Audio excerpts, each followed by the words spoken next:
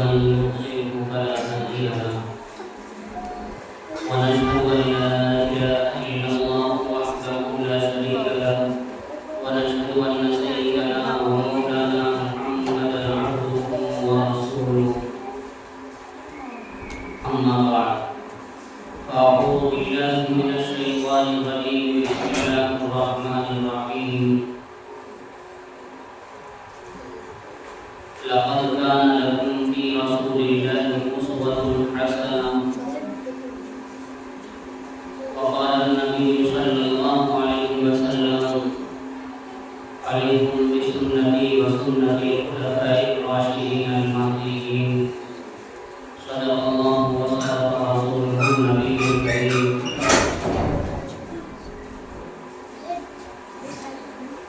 اللهم صل على سيدنا ومولانا محمد وعلى آل سيدنا ومولانا محمد وآله وسلم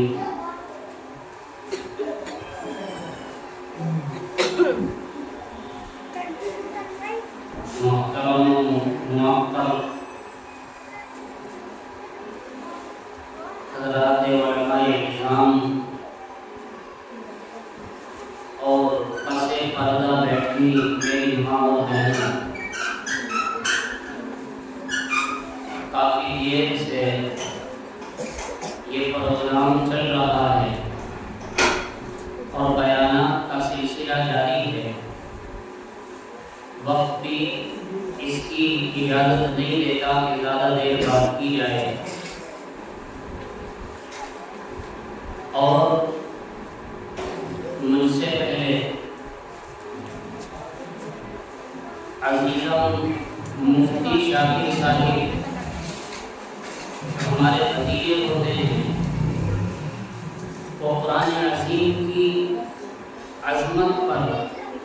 بہت عمدہ انداز میں بیان فرما رہے تھے، اور ان سے پہلے محترمہ رقیہ عالمہ ماں اور بہنوں کو بہت ہی عمدہ انداز میں خطاب فرما رہی تھی اور بہت ہی قیمتی باتیں انہوں نے بیان کی۔ میں نہیں سمجھتا کہ اس کے بعد مجھے کچھ کہنے کی ضرورت باقی رہ گئی ہے، لیکن مفتی شاکر صاحب دعوت برکاتہم کے حکم پر میں چند باتیں عرض کرتا ہوں۔ اللہ تبارک و تعالی نے ہمیں بغیر ہمارے مطالبے کے دنیا کے اندر بھیجا۔ ہم میں سے کسی نے مطالبہ نہیں کیا تھا کہ اللہ ہم کو دنیا میں بھیج، بغیر مطالبے کے اللہ نے ہم کو دنیا کے اندر بھیجا ہے۔ ہم اللہ کی مرضی سے آئے ہیں، اپنی مرضی سے دنیا میں نہیں آئے۔ ہم اللہ کی مرضی سے آئے ہیں، اپنی مرضی سے دنیا میں نہیں آئے۔ کوئی بھی عقل مند شخص آپ نے یہ کہتے نہ سنا ہوگا کہ میں اپنی مرضی سے آیا ہوں، اور جب ہم دنیا سے جاتے ہیں تو بھی اپنی مرضی سے نہیں جاتے، یا کوئی اپنی مرضی سے جاتا ہے؟ نہیں جاتا۔ ہم جب اپنی مرضی سے دنیا میں آئے نہیں ہیں، توجہ کے ساتھ بات سنیں گے تو بات سمجھ آئے گی انشاءاللہ۔ جب ہم اپنی مرضی سے دنیا میں نہیں آئے ہیں اور اپنی مرضی سے جانا بھی نہیں ہے، جاتے بھی نہیں ہیں، تو بیچ کی جو زندگی اللہ نے ہم کو دی ہے اس کو اپنی مرضی سے گزارنے کا بھی ہمیں کوئی حق نہیں۔ ہم اپنی مرضی سے آئے نہیں ہیں، اپنی مرضی سے جانا بھی نہیں ہے، تو بیچ کی جو مختصر سی زندگی اللہ نے ہم کو دی ہے اس کو اپنی مرضی سے گزارنے کا بھی ہمیں کوئی حق نہیں ہے، بلکہ اللہ نے ہمیں اپنی مرضی سے دنیا کے اندر بھیجا ہے۔ جب بھیجنے والے اللہ ہیں تو ان کا کوئی مقصد بھی ہوگا اس بھیجنے میں، اس بھیجنے کے پیچھے ان کی کوئی منشا بھی ہوگی، کوئی مقصد بھی ہوگا، اور وہ مقصد ہے جو قرآن عظیم نے بیان بھی فرمایا ہے، وَمَا خَلَقْتُ الْجِنَّ وَالْإِنسَ إِلَّا لِيَعْبُدُونَ، کہ ہم نے جناتوں اور انسانوں کو صرف اپنی عبادت کے لیے پیدا کیا ہے۔ ہم نے جناتوں اور انسانوں کو صرف اپنی عبادت کے لیے پیدا کیا ہے، صرف اور صرف خالصتاً مکلف دو جماعتیں ہیں، ایک انسان دوسرے جنات۔ احکام شرعیت کے مکلف یہی دو جماعتیں ہیں، ایک انسان اور دوسرے جنات۔ اسی طرح سے انسانوں میں جو بالغ ہیں بلوغ کے بعد احکام شرعیہ کے مکلف مرد ہوں یا عورتیں، وہ احکام شرعیت کے مکلف ہیں۔ لیکن عورتوں میں عام طور پر ایک خیال ہوتا ہے کہ عبادات کا کرنا، لمبی لمبی عبادات کا کرنا یا بہت زیادہ علم کا حاصل کر لینا، یہ تو بس مردوں کا کام ہے، یہ تو صرف مردوں کا کام ہے۔ ہم عورتوں کے لیے تو یہ کافی ہے، گھر کی صاف صفائی کر لیں، بچوں کے کپڑے دھو لیں، شوہر کے کپڑے دھو لیں، اسی طرح سے شوہر کی خدمت کر لیں، گھر کے کام کاج انجام دے لیں، بچوں کی تھوڑی سی تربیت کر لیں، بس ہم یہی سمجھتے ہیں کہ ہمارے دل میں تو صرف یہ کام ہے، باقی عبادات ہمارے دل میں نہیں ہے۔ لمبی لمبی نمازیں پڑھنا یہ ہمارے دل میں نہیں ہے، یا نفل عبادتیں کرنا یہ ہمارے دل میں نہیں ہے، یعنی اللہ سے قرب بڑھانا بس یہ سمجھتے ہیں کہ یہ تو مردوں کا کام ہے، صرف مردوں کا کام ہے، ہمارے لیے تو بس جھاڑو پوچھا کر لینا اور شوہر کے لیے بچوں کے لیے روٹی بنا دینا، بس یہی کافی ہے۔ ہماری مستورات یہ سمجھتی ہیں۔ قرآن حکیم سے سنیے، اللہ تبارک و تعالی ارشاد فرماتے ہیں کہ جو یہ چاہتا ہے مرد ہو یا عورت، شرط یہ ہے کہ وہ ایمان والا ہو، ہم اس کو پاکیزہ زندگی عطا فرمائیں گے۔ من عمل صالحا من ذکر او انثى وهو مؤمن فلنحيينه حیاة طیبہ۔ من عمل صالحا من ذکر او انثى، من عمل صالحا من ذکر او انثى، تم میں سے جس شخص نے نیک عمل کیا، تم میں سے جس شخص نے نیک عمل کیا، چاہے وہ مرد ہو یا عورت، اس شرط کے ساتھ کہ وہ ایمان والا ہو، یعنی ایمان والا ہو یا ایمان والی ہو، فَلَنُحْيِيَنَّهُ حَيَاةً طَيِّبَةً، ہم اس کو پاکیزہ زندگی عطا فرمائیں گے، ہم اس کو پاکیزہ زندگی عطا فرمائیں گے۔ اب مفسرین نے اس پاکیزہ زندگی کو بیان فرمایا ہے کہ پاکیزہ زندگی سے کیا مراد ہے۔ اگر پاکیزہ زندگی سے مراد جو ہے وہ دنیاوی زندگی ہے تو پھر مطلب کیا ہوگا، اور اگر پاکیزہ زندگی سے مراد آخرت کی زندگی ہے تو پھر مطلب کیا ہوگا۔ مفسرین فرماتے ہیں اگر اس پاکیزہ زندگی سے مراد دنیاوی زندگی ہے تو اب مطلب یہ ہوگا کہ اللہ تبارک و تعالی چین کی، سکون کی، عافیت کی، اطمینان کی، سہولت کی زندگی عطا فرمائیں گے۔ اب مطلب یہ ہوگا کہ اللہ تبارک و تعالی اعمال صالحہ کے کرنے والے، نیک عمل کے کرنے والوں کو حیات طیبہ، پاکیزہ زندگی، یعنی سہولت والی، آسانی والی، راحت والی، عافیت والی، اطمینان والی، ٹینشنوں سے دوری والی زندگی عطا فرمائیں گے۔ آج اکثر گھروں میں ٹینشنوں والی زندگی گزر رہی ہے، مرد بھی ٹینشنوں میں ہیں، عورتیں بھی ٹینشنوں میں ہیں، گھر کی ٹینشنیں ختم نہیں ہوتی۔ یاد رکھیے قرآن کریم ان ٹینشنوں کو دور کرنے کا نسخہ بتلاتا ہے کہ تم نیک اعمال کرو۔ من عمل صالحا من ذکر او انثى، جس نے بھی نیک عمل کیا، چاہے وہ مرد ہو چاہے وہ عورت ہو، ہم اس کو پاکیزہ زندگی عطا فرمائیں گے، یعنی ٹینشنوں سے ختم، بغیر ٹینشن کی زندگی عطا فرمائیں گے، سکون کی، عافیت کی، سہولت کی، راحت کی، اطمینان کی زندگی عطا فرمائی جائے گی۔ یہ اللہ تبارک و تعالی ارشاد فرماتے ہیں۔ لیکن ہماری مستورات میں یہ خیال ہے کہ بس ان کاموں کا کر لینا بس ہمارے دل میں تو یہی کام ہے، باقی لمبی لمبی عبادتیں کرنا، نماز پڑھنا، اسی طرح سے تہجد کا اہتمام کرنا، یا راتوں کو کھڑے ہو کر اللہ کے سامنے رونا، گڑ گڑانا، اللہ سے مانگنا، اللہ کے سامنے جھکنا، یہ سارے کام تو بس مردوں کے ہیں۔ حالانکہ ایسا بالکل نہیں ہے، مردوں کے مقابلے عورتوں میں بھی یہ چیز پائی جاتی ہے، اور ہماری مذکورات میں، ہماری ماں اور بہنوں میں کتنی مثالیں ایسی پیش کی جا سکتی ہیں کہ جو مردوں سے عبادات میں بہت زیادہ بڑھی ہوئی ہیں۔ اور یہ بات سچی ہے کہ اگر عورت کا یقین بنتا ہے تو پھر مردوں سے کہیں زیادہ یقین بنتا ہے، اور مرد کے مقابلے گھر جو بنتا ہے وہ عورت کی وجہ سے بنتا ہے۔ گھر اگر عورت چاہے تو وہ جنت کا ایک نمونہ بن سکتا ہے، اور اگر عورت نہ چاہے تو پھر یہی گھر جہنم کا ایک گڑھا بن جاتا ہے۔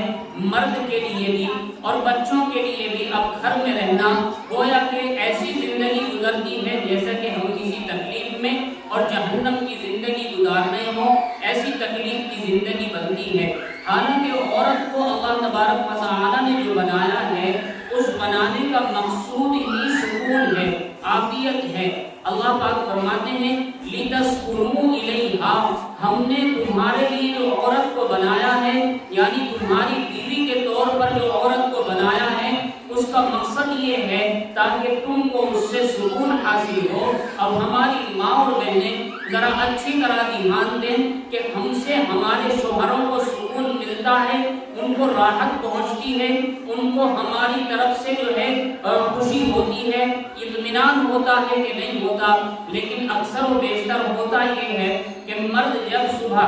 صبح کو گھر سے کام کے لیے نکلتا ہے اور شام تک تھکا ہارا واپس آتا ہے، گھر میں سکون حاصل کرنے کے لیے، اطمینان حاصل کرنے کے لیے، تو اب اس کو بجائے سکون کے اور زیادہ پریشانی ہوتی ہے۔ عورت کی طرف سے اس کو پریشانی بنتی ہے، اس کی بہت سی بھوڑ پنے کی وجہ سے، عورت کی ناسمجھی اور اس کی جہالت کی وجہ سے۔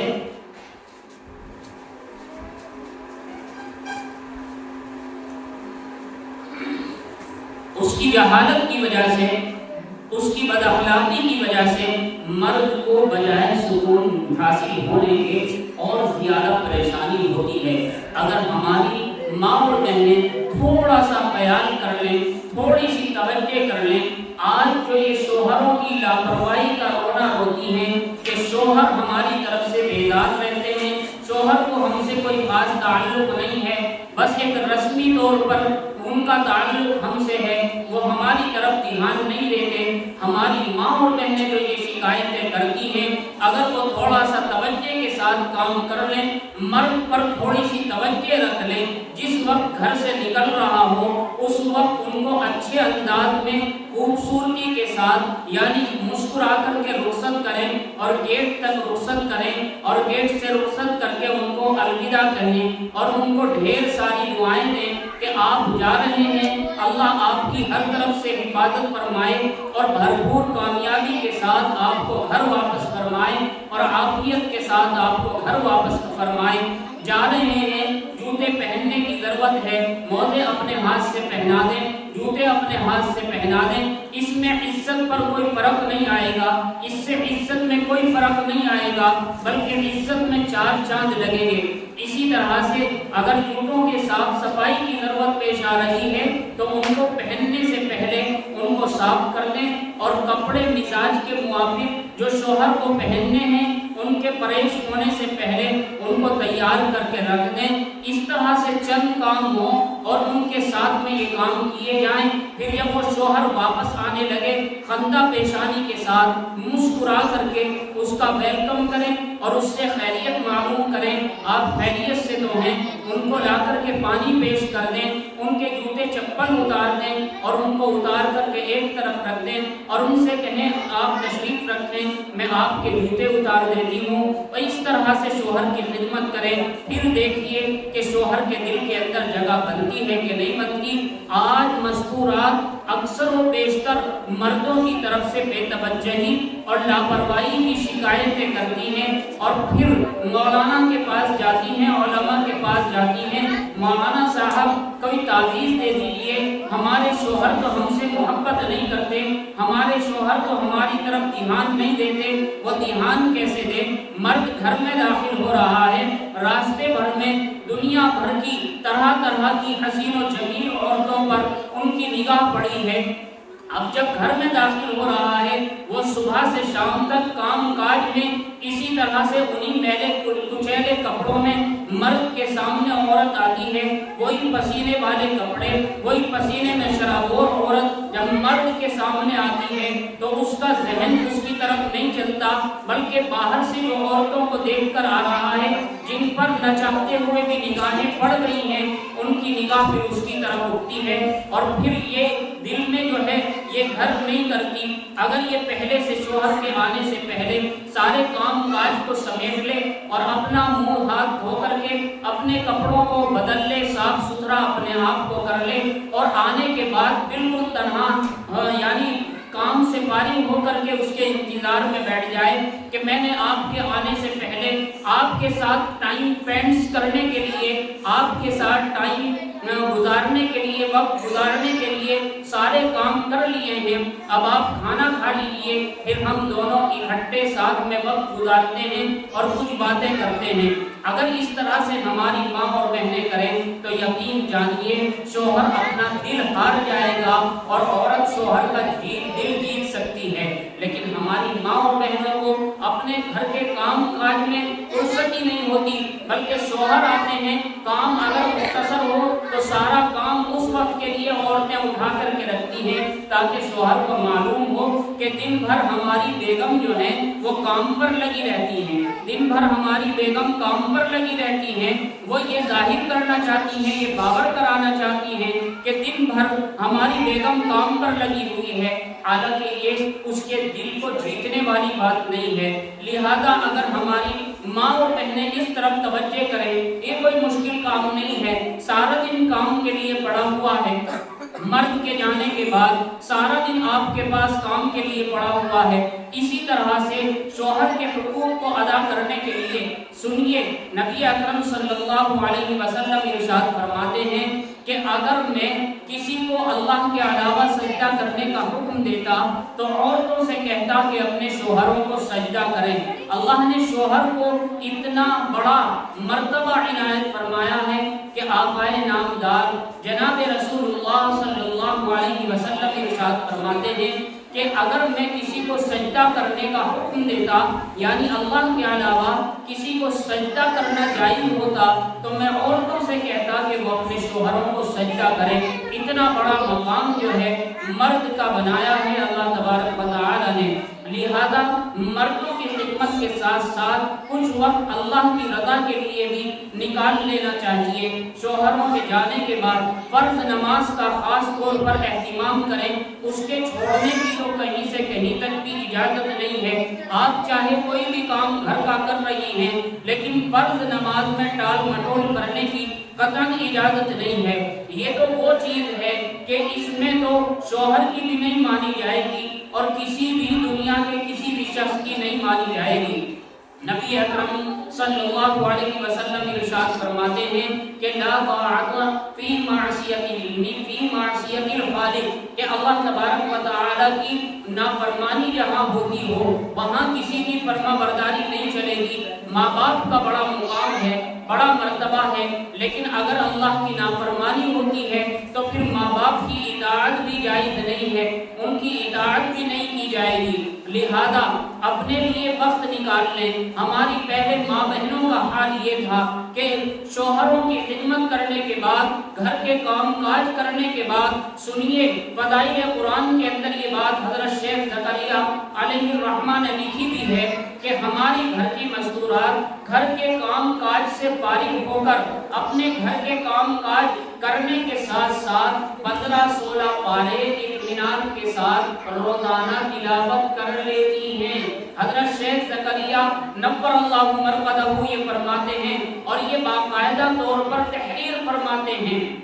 فضائل قرآن میں کہ ہماری گھر کی مستورات گھر کے کام کاج سے فارغ ہونے کے بعد 15-16 پارے روزانہ بلا ناغہ بے تکلف تلاوت کر لیتی ہیں۔ یہ عادت بنانے کے لیے بات ہے۔ ہمارے پاس ٹائم بہت ہوتا ہے، ہم ٹائم کا اہتمام نہیں کرتے اور اس کی قدر نہیں کرتے، بیٹھے بیٹھے ٹائم کو ضائع کرتے ہیں اور ہم نے اپنے ٹائم کو جو ہے اپنے فیشن میں لگا دیا ہے۔ ابھی اگر میک اپ کے لیے تیار ہونا ہے، میک اپ کرنا ہے، کسی فنکشن کے لیے تیار ہونا ہے تو اس کے لیے کئی دن لگا دیتے ہیں۔ ایک دن بیوٹی پارلر گئے، مختصر سا جو ہے فیشن یعنی میک اپ کرایا اور پھر اگلے دن مکمل تیار ہونے کے لیے گئے۔ 2-3-4 گھنٹے میک اپ میں لگا دینا یہ کوئی مشکل کام ہماری ماں اور بہنوں کے لیے نہیں ہے۔ جب ہم اتنا وقت صرف اپنے میک اپ میں روزانہ تیار ہونے کے لیے لگا سکتے ہیں یا کسی مختصر سے فنکشن میں جانے کے لیے لگا سکتے ہیں تو پھر اللہ کے لیے ہم 20 منٹ 10 منٹ نماز کے لیے کیوں نہیں نکال سکتے؟ صرف دل پر لینے کی بات ہے۔ اگر دل پر کوئی بات لے لی جائے اور تحیہ کر لیا جائے، مضبوط ارادہ کر لیا جائے، مضبوط ارادہ کر لیا جائے تو ایسا ہو ہی نہیں سکتا کہ وہ اپنے ارادے میں ناکام ہو۔ حضرت والا حضرت اقدس حضرت مولانا مفتی ابوالقاسم صاحب نعمانی بنارسی دامت برکاتہم العالیہ ابھی گزشتہ ہفتے اتوار کے روز حضرت والا کی خدمت میں حاضری ہوئی تو حضرت والا نے ایک صاحب کو فجر کی نماز کی نصیحت فرماتے ہوئے فرمایا کہ دیکھو جب بندہ شیطان جو ہے سونے کے وقت میں بندہ سوتا ہے تو سونے کے وقت میں 3 گیرے لگاتا ہے اس کے بالوں کے اندر تاکہ وہ صبح فجر کی نماز میں پڑا سوتا رہے اور بیدار نہ ہو سکے۔ حضرت والا نے فرمایا 3 گیرے بالوں کے اندر لگاتا ہے شیطان۔ بندہ جب صبح کو اٹھتا ہے اور اٹھ کر بیٹھ جاتا ہے تو ایک گرہ کھل جاتی ہے اور جب یہ وضو کے لیے چلتا ہے وضو کر لیتا ہے تو دوسری گرہ کھل جاتی ہے اور جب یہ نماز کے لیے چل دیتا ہے تو وہ تیسری گرہ بھی کھل جاتی ہے۔ عام طور پر یہ دیکھا گیا ہے کہ صبح کو آنکھ کھلی بس ابھی اٹھ رہے ہیں یہ سوچ کر کے پھر ہماری ماں اور بہنیں پڑھ کر کے سو جاتی ہیں اور یہ عام رواج بن گیا ہے کہ 9-10 بجے سے پہلے ہماری ماں اور بہنیں نہیں اٹھتی۔ اس میں نمازوں میں غفلت ہوتی ہے، جو نماز کی پابند سمجھی جاتی ہیں فجر کی نماز کو وہ بھی آسانی کے ساتھ ادا کر دیتی ہیں۔ میں اپنی بات کو مختصر کرتے ہوئے آگے بڑھاتا ہوں۔ میں نے عرض کیا تھا کہ اللہ تبارک و تعالی ارشاد فرماتے ہیں من عمل صالحا من ذکر او انثى وهو مؤمن فلنحيينه حیاتا طیبہ کہ جو بھی تم میں پاکیزہ نیک عمل کرے گا ہم اس کو پاکیزہ زندگی عطا فرمائیں گے۔ اسی طرح سے فیشن میں اور اسی طرح سے میک اپ وغیرہ میں ہم نے یعنی ہماری ماں اور بہنوں نے اپنا آئیڈیل بنایا ہے، ان فلمی ہیرو کو اپنا آئیڈیل بنایا ہے۔ مردوں نے فلمی ہیرو کو اپنا آئیڈیل بنایا ہے، کوئی سلمان خان کو اپنا آئیڈیل مانتا ہے، کوئی شاہ رخ خان کو اپنا آئیڈیل مانتا ہے، کوئی عامر خان کو اپنا آئیڈیل مانتا ہے، اسی طرح سے کوئی دوسرے کو، مجھے تو ان کے نام بھی یاد نہیں ہے، الحمدللہ بچپن سے مجھے فلم دیکھنے کا شوق نہیں رہا، اللہ کا فضل اور احسان ہے، مجھے ان کے نام بھی یاد نہیں ہے سب کے۔ اسی طرح ہماری ماں اور بہنیں کوئی کیٹرینا کو اپنا آئیڈیل مانتی ہے اور بناتی ہے، کوئی ایشوریا کو اور کوئی اور دوسری فلمی ایکٹروں کو اپنا آئیڈیل بناتی ہے اور یعنی مردوں میں بھی یہ ہوڑ ہوتی ہے کہ میرا آئیڈیل تو سلمان خان ہے، میرا آئیڈیل تو فلاں ہے، عامر خان ہے۔ اب بال بھی اس جیسے رکھتا ہے، لباس بھی اس جیسے پہنتا ہے اور جوتے بھی اس جیسے پہنتا ہے، اپنے آپ کو اس کے مطابق ڈھالنے کی کوشش کرتا ہے۔ ہماری ماں اور بہنوں کا حال بھی یہی ہے، کوئی کیٹرینا کو اپنا آئیڈیل مانتی ہے، کوئی ایشوریا کو مانتی ہے اور کوئی کسی اور کو مانتی ہے۔ ہیئر کٹنگ بھی، ہیئر اسٹائل بھی کیٹرینا کی طرح ہونے چاہیے، اس کی طرح بیٹھنا اٹھنا ہونا چاہیے، ہمارا لباس بھی اس کی طرح ہونا چاہیے، ہمارے شوق بھی اس کی طرح ہونے چاہیے۔ انہوں نے جو ہے اپنا آئیڈیل وہ حضرت فاطمہ رضی اللہ تعالیٰ عنہ کو نہیں بنایا، جبکہ ہماری ماں اور بہنوں کی جو آئیڈیل ہیں وہ حضرت فاطمہ رضی اللہ تعالیٰ عنہ ہیں، ان کے مطابق زندگی گزارنا چاہیے۔ حضرت فاطمہ رضی اللہ تعالیٰ عنہ کے کچھ واقعات عالمہ رقیہ نے بھی آپ کے سامنے پیش کیے ہیں۔ حضرت فاطمہ رضی اللہ تعالیٰ عنہ نے جس طرح سے سکون کی اور سادگی کی زندگی گزاری ہے، اور خود حضرت فاطمہ رضی اللہ تعالیٰ عنہ کو نبی پاک صلی اللہ علیہ وسلم نے اس کی تلقین فرمائی ہے۔ بہرحال ہماری آئیڈیل یعنی ہماری ماں اور بہنوں کو اپنا آئیڈیل اور اپنا نمونہ حضرت فاطمہ رضی اللہ تعالیٰ عنہ کو بنانا چاہیے۔ ام المؤمنین حضرت عائشہ رضی اللہ تعالیٰ عنہ کو بنانا چاہیے، حضرت زینب رضی اللہ عنہ کو بنانا چاہیے، ام کلثوم وغیرہ کو اپنا آئیڈیل بنانا چاہیے۔ ہم اس طرح پردے میں رہیں گے جس طرح حضرت فاطمہ رضی اللہ عنہا رہتی تھی۔ ذرا سنو، جو امت کی ماں ہے، تمام دنیا، پوری دنیا کی امت کی ماں ہے، پوری امت کی ماں ہے، امت کی ماں ہے ام المؤمنین حضرت عائشہ رضی اللہ تعالی عنہا۔ حضرت عائشہ رضی اللہ تعالی عنہا نبی پاک صلی اللہ علیہ وسلم کے پاس بیٹھی ہوئی ہیں، سامنے سے ایک نابینا صحابی حضرت عبداللہ ابن ام مکتوم رضی اللہ تعالی عنہ تشریف لا رہے ہیں۔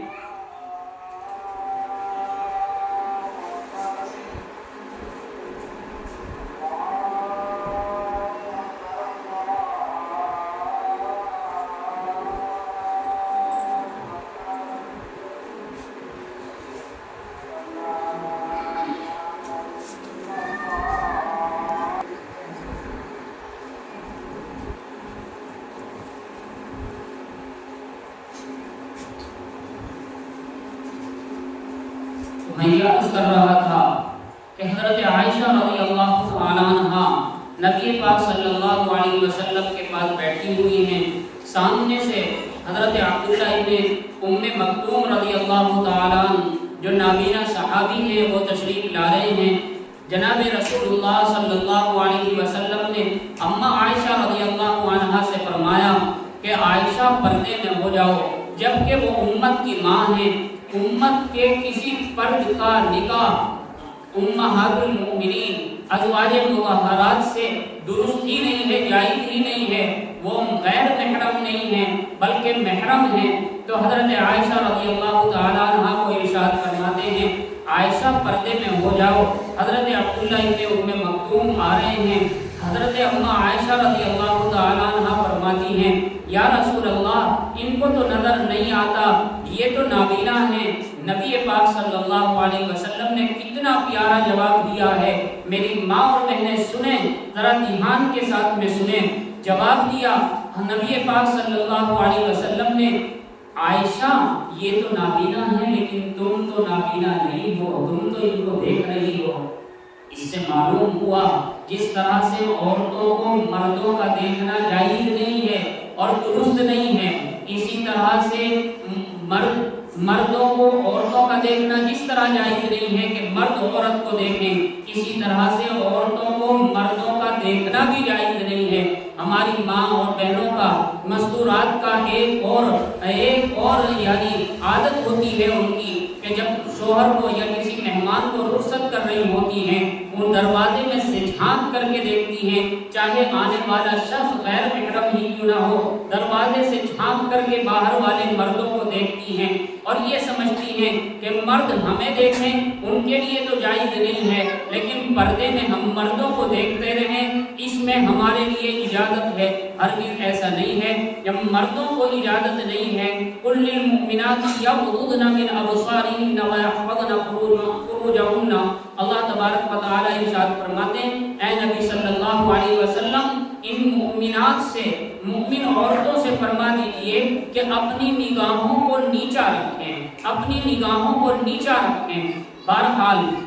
اس سے عبرت لینی چاہیے کہ اما عائشہ رضی اللہ عنہا کو نبی پاک صلی اللہ علیہ وسلم نے پردے میں بھیج دیا۔ بہرحال میں اپنی بات کو سمیٹتے ہوئے آگے بڑھتا ہوں۔ میں عرض کر رہا تھا ہماری ماں اور بہنوں کا خیال یہ ہے کہ لمبی چوڑی عبادات کرنا مردوں کا کام ہے۔ سب سے پہلا مدرسہ ماں کی گود ہے، اگر اس میں اچھی تربیت ہو گئی تو بچہ آگے چل کر کے کچھ بن سکتا ہے، لیکن اگر اس گود میں ناکامی ہوئی، مجھے بڑے افسوس کے ساتھ یہ بات کہنی پڑتی ہے اور میں یہ بات عام طور پر اپنی ماں بہنوں تک پہنچاتا ہوں۔ آج کل جو حالات بنے ہوئے ہیں وہ حالات یہ ہیں کہ ہمارے ہاتھ میں اینڈرائڈ موبائل ہے، ہمارا معصوم بچہ ہمارے پاس بیٹھا ہوا ہے یا ہماری گود میں لیٹ کر کے وہ دودھ پی رہا ہوتا ہے اور ہم غیر مردوں سے چیٹنگ میں لگے ہوتے ہیں، یا اسی طرح کی فحاشی اور عریانی کی ویڈیو،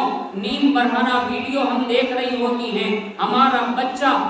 دودھ پی رہا ہوتا ہے، کیا اس کے اندر اثرات آئیں گے؟ ہمارے حالات تو یہ ہیں، اور پھر ہم یہ تمنا کریں کہ ہمارا بچہ شیخ عبد القادر جیلانی بن جائے، قطب الدین بختیار کاکی بن جائے، صابر کلیری بن جائے، معین الدین چشتی اجمیری بن جائے، خواجہ نظام الدین دہلوی بن جائے، خواجہ نظام الدین۔ اس طرح ہماری سوچ ہوتی ہے، لیکن ہمارے کام اس طرح کے ہوتے ہیں، لہذا اس سے بچنا چاہیے، احتیاط کرنا چاہیے۔ حتیٰ کہ اگر کوئی بچہ رحم کے اندر پرورش پا رہا ہے، پیٹ کے اندر کوئی بچہ پرورش پا رہا ہے، ماں کے حالات اس پر اثر انداز ہوتے ہیں۔ اگر ماں متقی ہے تو تقوی کے اثرات اس کے اندر منتقل ہوتے ہیں۔ اگر ماں اور بہنیں کچھ گڑبڑ کر رہی ہوتی ہیں، تقوی کے خلاف چل رہی ہوتی ہیں، تو وہی اثرات اس کے اندر بھی بچے کے اندر آتے ہیں، اور پھر جب بچہ بڑا ہو جاتا ہے تو پھر شکایتیں کرتی پھرتی ہیں کہ بچے کی آنکھ میں بالکل شرم نہیں ہے، وہ تو ماں باپ کی شرم بھی نہیں کرتا ہے، پھر اس بات کی شکایت کرتی رہتی ہیں۔ ایک واقعہ عرض کروں، ایک زمانہ تھا ہماری ماں اور بہنیں بچوں کی کس طرح سے تربیت کرتی تھی۔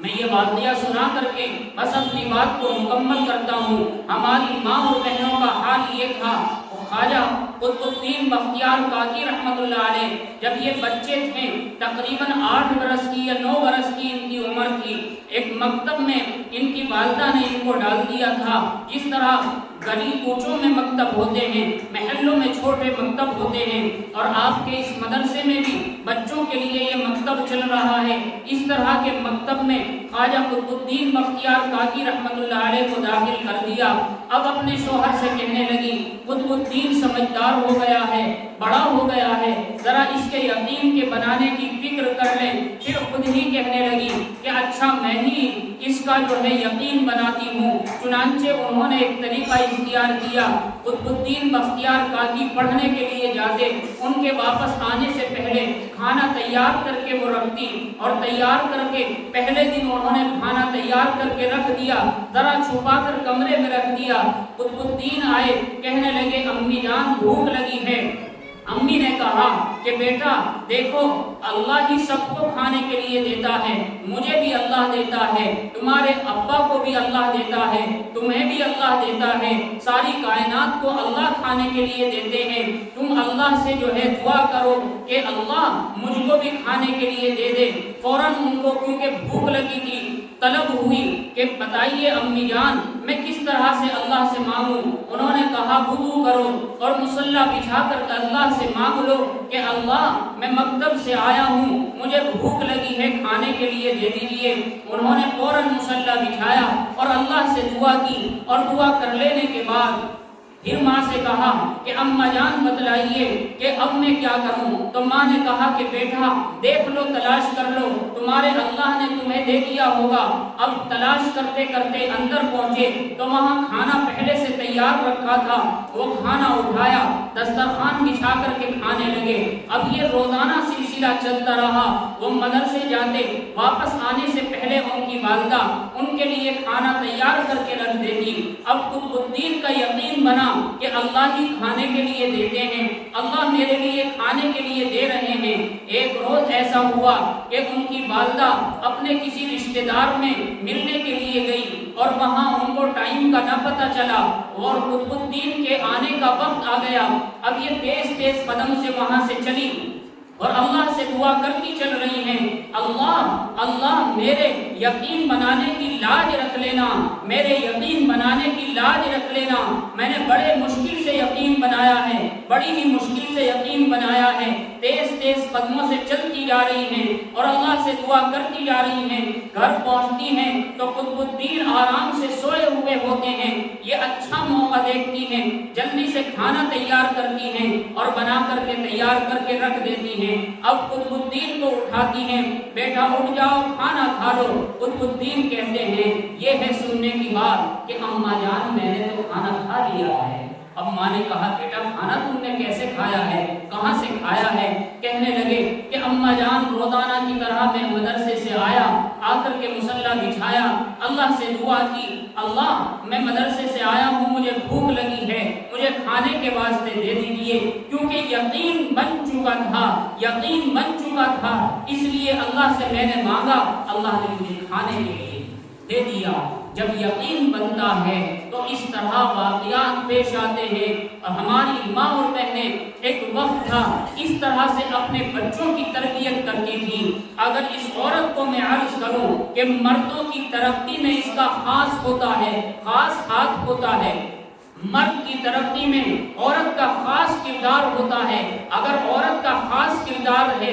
مرد کی ترقی میں تو مرد ترقی کر سکتا ہے۔ ماں کی شکل میں بھی اس کا کردار ہوتا ہے، بیوی کی شکل میں بھی اس کا کردار ہوتا ہے، بہن کی شکل میں بھی اس کا کردار ہوتا ہے۔ ان سب کی اگر میں مثالیں عرض کروں تو وقت لمبا ہو جائے گا، پھر کسی موقع پر اگر آنا ہوا، اللہ نے زندگی سلامت رکھی تو پھر عرض کر دیا جائے گا۔ بس کہنے کا مقصد یہی ہے کہ ہماری ماں اور بہنیں بھی ذرا ہوش کے ناخن لیں اور اللہ کی طرف متوجہ ہوں، نمازوں کا اہتمام کریں، اپنی اور اپنے بچوں کے دین کی فکر کریں۔ یہ مکتب آپ کے دین کی حفاظت کرنے والے ہیں، یہ مکتب آپ کے اور آپ کی بچیوں کی ایمان اور دین کی حفاظت کرنے والے ہیں، ورنہ اسکولوں کے اندر تو دین کی بھی حفاظت نہیں ہے، دین بھی ضائع ہوتے ہیں، ایمان بھی ضائع ہوتے ہیں۔ آپ کے ملک کے اندر 10 لاکھ بچیاں، مسلم بچیاں، انہوں نے اپنا ایمان چھوڑ کر کے غیروں سے شادی رچانی ہے، اور وہ عورتیں وہ اپنی بچیوں کے بارے میں یہ خیال کرتی تھیں کہ ہماری بچی تو ایسی نہیں ہے، اور جو بچیاں گھر سے بھاگتی ہیں ان کے ماں باپ بھی کان کھول کر سن لو یہی سمجھتے ہیں اپنی بچیوں کے بارے میں کہ میری بچی ایسی نہیں ہے، ہماری بچی تو ایسی نہیں ہے، اور پھر جب وہ چلی جاتی ہیں، گھر سے غائب ہو جاتی ہیں، پھر روتے پھرتے ہیں کہ ہماری بچی تو ایسی نہ تھی، پتہ نہیں کس کی اس کو نظر لگ گئی ہے، کسی نے اس کو کرا تو نہیں دیا ہے۔ ذرا توجہ سے کام کریں، دھیان سے کام کریں، اسلامی تعلیمات کے مطابق کام کریں، گھر میں تعلیم کا سلسلہ بنائیں، اور اپنی بچیوں کو خاص طور پر پورے علاقے میں چاہیے کہ اس بات کی تشکیل ہو کہ آپ کے علاقے میں یہ مفتی شاکر صاحب نے دامت برکاتہم العالیہ نے بچیوں کی تعلیم کا نظم کر کے پورے علاقے پر احسان کیا ہے۔ ان کا بہت بڑا احسان ہے، انہوں نے یہاں کی مستورات اور یہاں کی بچیوں کے ایمان کی فکر کی ہے اور ان کے دین کی فکر کی ہے، اور مستورات کے بھی دین کی فکر کی ہے۔ اسی لیے ہر مہینے یہ مستورات کا اجتماع رکھتے ہیں اور اس میں دین کی باتیں سناتے ہیں تاکہ ایمان محفوظ ہو جائے، دین محفوظ ہو جائے۔ حالات بڑے نازک ہیں، ہر آدمی ہمارے دین پر نظر بنائے ہوئے ہے، ایمان پر اس طرح سے تاک لگائے ہوئے ہے جیسے بھوکا بیٹھا ہو اور فوراً موقع ملتے ہی ہمارے ایمان کو ضائع کر لے۔ اگر ہم چاہتے ہیں، یعنی ہماری ماں اور بہنیں اور اس بستی کے لوگ چاہتے ہیں کہ ان کی بچیوں کے ایمان محفوظ ہو جائے، ان بچیوں کے ایمان سلامت رہیں، دین محفوظ ہو جائے، ان کو دین کا علم حاصل ہو، تو ان کو چاہیے اپنے اس دیارے اور اس عزیز مدرسے میں جس کا نام عزیزیہ بھی ہے، اس مدرسے میں اپنی بچیوں کو داخل کریں اور جلدی جلدی داخل کریں تاکہ وہ بچیاں دین کا علم حاصل کریں، آگے چل کر کے نظام درس نظامی کا یعنی دین کے علم کو حاصل کرنے کا، جس کو مولویت کی تعلیم بھی کہتے ہیں، انشاءاللہ باقاعدہ طور پر جماعت کے طور پر وہ شروع کر دیا جائے گا۔ میں مفتی شاکر صاحب سے ابھی یہ بات رکھی تھی کہ جو بچیاں اس قابل ہو جائیں فوراً ان کو جماعت میں داخل کر لیا جائے، فارسی کی جماعت بنا لی جائے اور اس طرح ادارے کو روز بروز ترقی دی جائے۔ تو ہمیں یہ کوشش کرنی ہے کہ ادارے کی ترقی کس طرح ہو۔ اور ایک بات میں عرض کرتا ہوں، بستی والوں سے خاص طور پر ایک بات میں عرض کرتا ہوں، کسی وجہ سے اگر اس مدرسے کی ترقی کے بارے میں آپ کچھ نہ کر سکیں، اس مدرسے کی ترقی کے بارے میں اگر کوئی قدم نہ اٹھا سکے تو خدا را اس کی خرابی کے لیے، اس کی تنزلی کے لیے، اس کی مخالفت کے لیے بھی کوئی قدم نہ اٹھائیں، آپ کا یہ بھی بہت بڑا تعاون ہوگا۔ ورنہ علاقے میں ایسے بھی حالات پیش آتے ہیں کہ علاقے والے خود مدرسے کی مخالفت پر اتر آتے ہیں، تو خدا را اگر اس کی ترقی کے لیے آپ کچھ نہیں کر سکتے تو اس کی مخالفت میں بھی کوئی قدم نہ اٹھائیں، میری یہ درخواست ہے۔ اور ہماری ماں اور بہنیں چاہیں تو اپنے شوہروں کا مزاج بنا سکتی ہیں۔ اس پر بہت ساری باتیں عرض کرنے کی تھیں جو وقت کی قلت کی وجہ سے میں عرض نہیں کر رہا ہوں۔ اللہ تبارک و تعالی سے دعا ہے کہ اللہ تبارک و تعالی ہماری اس مختصر سی معروضات کو قبول فرما لے اور ہم سبھی کو ان باتوں پر عمل کی توفیق نصیب فرما دے۔ وآخر دعوانا ان الحمد للہ رب العالمین۔